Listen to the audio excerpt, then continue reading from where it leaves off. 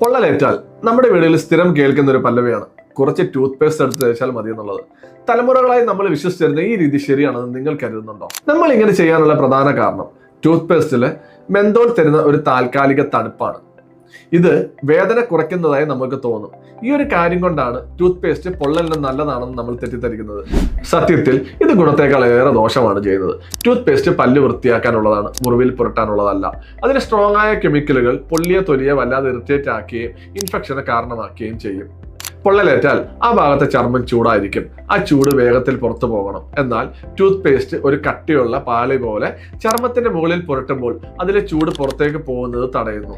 ഇതുകൊണ്ട് പൊള്ളൽ ചർമ്മത്തിന്റെ ആഴത്തിലേക്ക് കൂടുതൽ വ്യാപിക്കുകയും മുറിവ് ഗുരുതരമാകാനും സാധ്യതയുണ്ട്. സാധാരണ നമ്മുടെ വീടുകളിൽ ഉണ്ടാകുന്ന മിക്ക പൊള്ളലുകളും ഫസ്റ്റ് ഡിഗ്രി ബേൺസ് ആണ്. ഇങ്ങനെ ഒരു പൊള്ളലേറ്റാൽ ചെയ്യേണ്ട ശരിയായ രീതി എന്തൊക്കെയാണെന്ന് നോക്കിയാലോ. ഒന്നാമത്, പൊള്ളലേറ്റ ഭാഗം പൈപ്പിലെ സാധാരണ തണുപ്പുള്ള വെള്ളത്തിന് കീഴെ 15 മുതൽ 20 മിനിറ്റ് വരെ കാണിക്കുക എന്നതാണ്.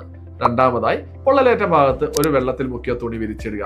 ഇത് ചർമ്മത്തിലുള്ള ചൂട് കുറയ്ക്കുകയും മുറിവ് ആഴത്തിലാകാതിരിക്കാനും സഹായിക്കും. അതുപോലെ ഐസ് കട്ടകളോ ഫ്രിഡ്ജിലെ തണുത്ത വെള്ളമോ നേരിട്ട് ഉപയോഗിക്കുന്നത് ചർമ്മത്തിന് കൂടുതൽ കേടുപാടുകൾ വരുത്തിയേക്കാം. അത് ഒഴിവാക്കുക. ഇനി മുറിവ് ഗുരുതരമാണെങ്കിലോ കുമിളകൾ രൂപപ്പെടുന്നെങ്കിലോ സ്വയം ചികിത്സിക്കാൻ നിൽക്കാതെ ഉടൻ തന്നെ ഒരു ഡോക്ടറെ സമീപിക്കുക.